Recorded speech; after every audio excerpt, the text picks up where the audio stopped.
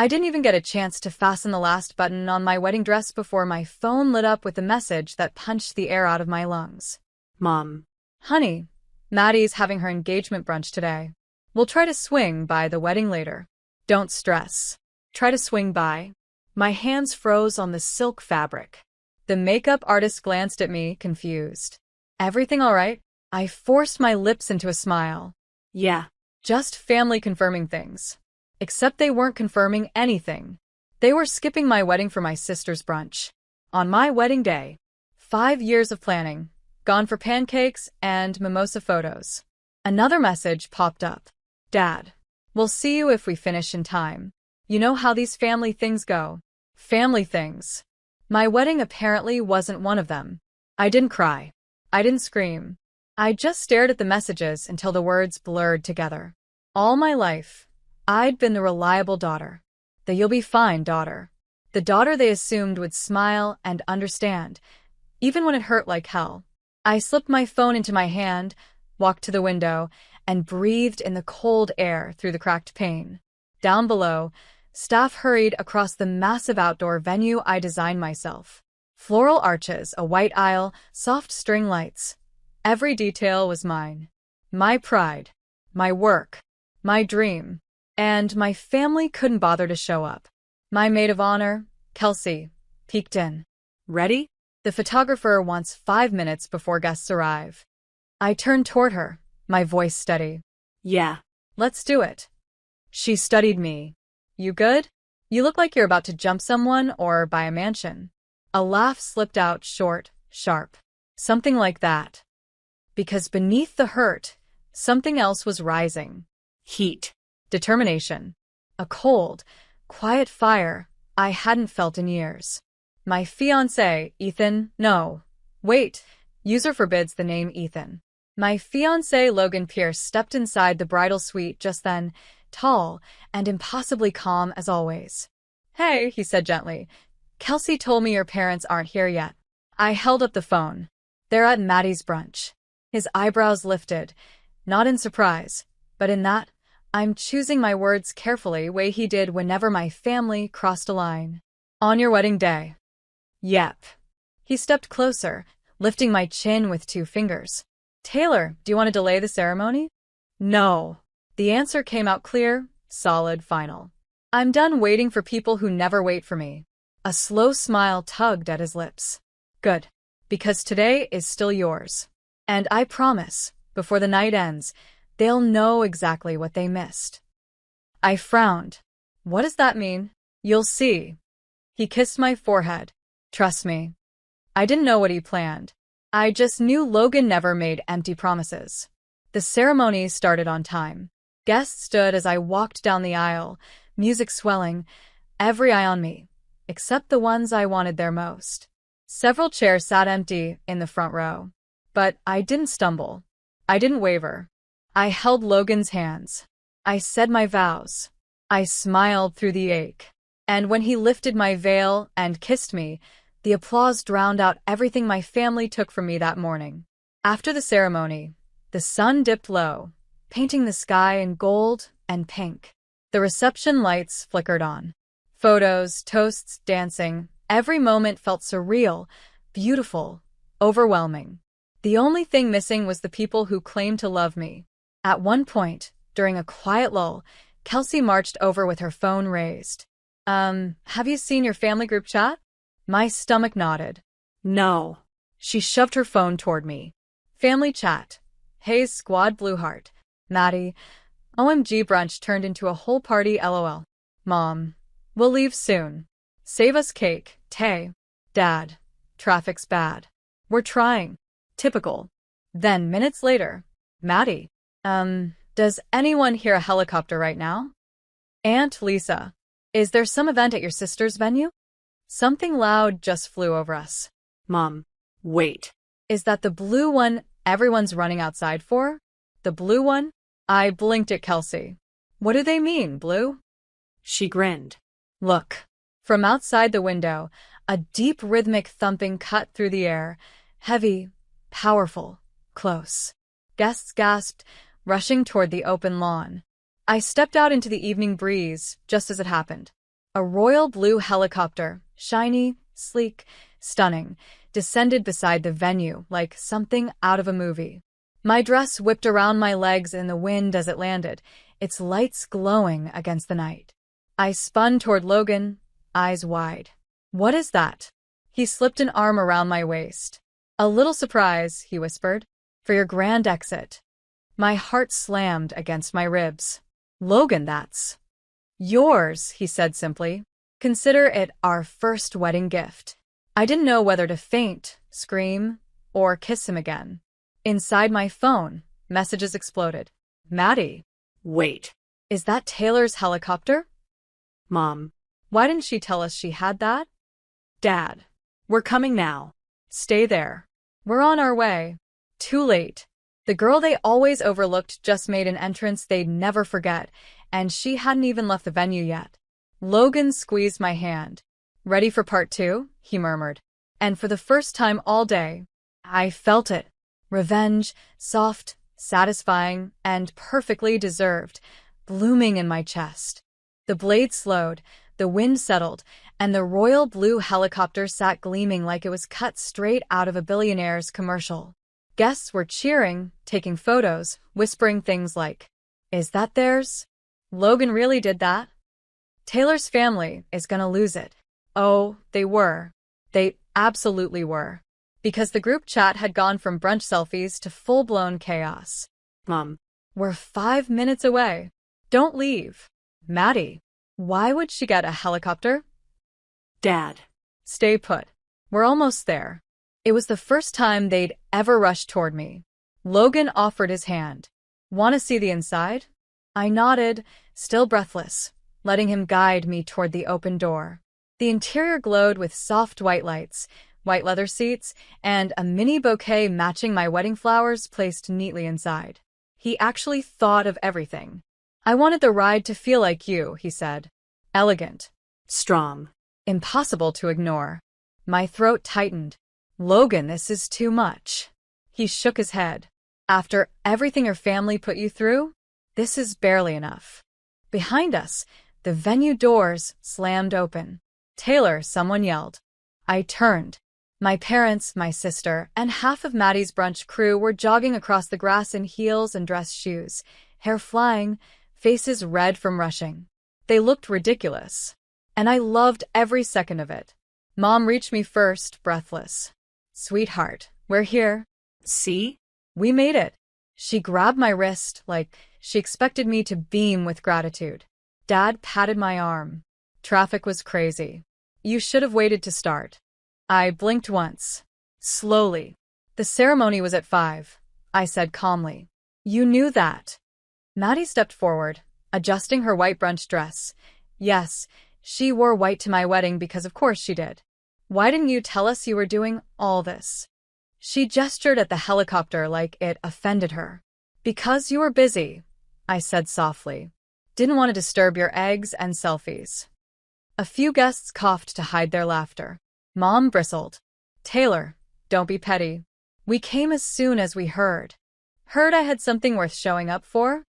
The words slipped out before I could stop them, sharp but steady. Their faces froze. Finally, Dad crossed his arms. "We're family. You don't throw that away over a mix-up." This time, I laughed, quiet, disbelieving. "A mix-up? You skipped my wedding for a brunch." "It was important to your sister," Mom snapped. "And my wedding wasn't important to you?" My voice didn't rise. It didn't need to. Silence. For the first time ever, they didn't have a comeback ready. Logan stepped beside me, placing a supportive hand against my back. "We're leaving for our private dinner flight soon," he said politely. "You're welcome to stay for cake, but Taylor has had a long day." My sister's eyes widened. "Dinner flight?" I shrugged. Logan booked a sunset dinner above the bay. Gasps rippled through the wedding guests. My parents looked stunned. Maddie looked furious. "Why would you need something like that?" she demanded. Logan answered for me. "Because your sister deserves things people actually show up for." Maddie opened her mouth, but I held up a hand. "It's fine," I said. "You guys got the day you wanted. And so did I." Mom stepped forward. "Are you really leaving like this?" Without us. Like what? I asked gently. In a helicopter with a husband who actually makes me feel chosen? Logan squeezed my hand. The pilot gave him a nod. Ready whenever. I looked at my family, tired faces, annoyed expressions, people who celebrated everything but me, and something heavy inside me finally let go. I stepped backward toward the helicopter door. You skipped the best part, I told them. But don't worry. I smiled, soft and unbothered. You'll see everything on social media. Their mouths fell open as Logan helped me climb inside. And for once, I wasn't the one left behind. The helicopter lifted off slowly, rising above the venue lights, above the parking lot where my parents still stood frozen like someone had paused them mid-argument. Wind whipped around us as the pilot angled upward, and the wedding guests below erupted into cheers. Inside, the cabin hummed with a soft vibration. The city stretched below us like a glowing map. For the first time all day, I felt weightless. Logan buckled my seatbelt with gentle hands. You okay? I let out a shaky laugh. Better than okay. I think I'm finally breathing. He took my hand, brushing his thumb over my knuckles. I'm proud of you. That did something to me. Something warm, something anchoring. Because all afternoon I'd been holding myself together with tape and stubbornness. But hearing him say that made everything settle inside me. I didn't want a day to feel tainted, I admitted. But it did. Until now. Logan leaned back, watching me. You didn't do anything wrong. Your family made their choice. And you made yours. I know, I whispered. It's just they always expect me to apologize first. Even when they hurt me. He smiled softly. Not anymore. Outside the window, the ocean shimmered silver beneath us.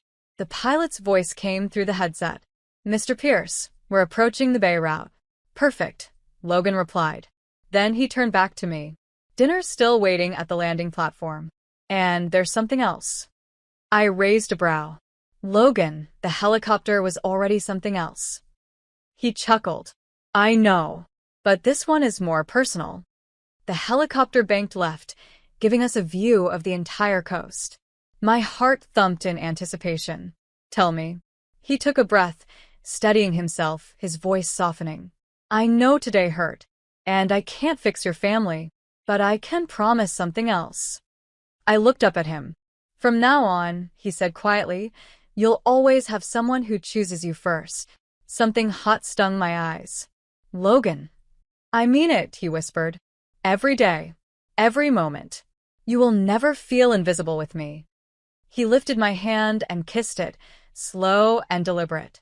And for the first time that day, someone's words didn't bruise, they healed. The helicopter descended toward a private rooftop deck glowing with lanterns. I spotted a table set for two, soft lights strung above it, and a small string quartet waiting. Logan really had planned every detail. But my phone buzzed before we touched down. Mom. Taylor, can you please call us? This isn't fair. Dad. We didn't know it meant this much to you. Maddie, you could have told us you were doing all this. We look stupid now. I stared at the screen, unreadable. Logan squeezed my knee. You don't have to answer. I know. I clicked the phone off and slid it into my purse. Tonight is ours. We landed gently. The pilot opened the door, and cool ocean air filled the cabin. Logan stepped out first, then helped me down, holding my waist like I was made of glass and sunlight. And for the first time in years, I felt like someone worth celebrating. The musicians began playing a soft melody as we walked toward the table. Candles flickered against the breeze. The sun was melting into the horizon, turning the sky orange and violet. Logan pulled out my chair. Mrs. Pierce, he said playfully, your dinner awaits. I grinned. I'm not used to that name yet. He leaned down. You will be. As we sat, servers appeared with champagne and appetizers, moving quietly like part of a romantic movie scene. I looked at Logan over the candlelight. You know, I thought my wedding day would feel lonely without them. He raised his glass. And now, I touched the rim of my glass to his. Now I realize something. What's that? He asked. I wasn't missing anything today, I said softly. They were. The clink of the glasses echoed in the fading light. And somewhere far below, my family's phones were still lighting up, still watching, still regretting, still realizing the daughter they dismissed had just stepped into a life far bigger than their brunch table. Dinner felt like something out of a dream. Sea breeze brushing against my skin, lanterns swaying overhead, Logan smiling at me like I was the only person on earth. Every bite tasted better. Every laugh felt real. For the first time all day, I wasn't performing, hoping, or shrinking. I was simply living. Halfway through dessert, Logan reached into his jacket. Before we head back down, he said, I have one last surprise. I groaned dramatically. If you pull out a yacht next, I'm passing out. Close, he teased. He slid a sleek folder onto the table. My name was embossed in gold on the front. I blinked. What is this? Your business license and ownership documents. Logan paused. For the second venue. My breath hitched. Second venue? The one downtown. The historic one you've been dreaming about restoring. His voice softened. I bought the property last month. And today, I'm signing half of it over to you. My heartbeat stuttered. That building was legendary, expensive, prime location, impossible to acquire. Logan, that's too much. You built your first venue by yourself, he said. You earned everything you have. This isn't a gift, Taylor. This is an investment in you, in your future. Emotions swelled thick in my throat. All my life, I'd been the girl they overlooked. The daughter who got, maybe next time. The one who watched her sister get celebrated for things she barely worked for. And here was a man saying, you deserve more. The contrast was overwhelming. I pressed a hand to my chest. I don't even know what to say. He leaned forward. Say you'll keep building the life you deserve. With or without anyone's approval. A tear slipped down my cheek, but for once it wasn't from pain. Before I could answer, my phone buzzed again. I sighed and flipped it over. Family chat. Hey squad. Mom. We're still here at the venue. Can we talk? Dad. This whole thing looked big. We didn't know you were doing so well. Maddie, can you come back? Everyone's asking where you are. Logan glanced at the screen. You sure you want to open that right now? I wiped my cheek and shook my head. I want to finish my wedding dinner first. Because their messages? They were no longer emergencies. They were choices, their choices finally catching up to them.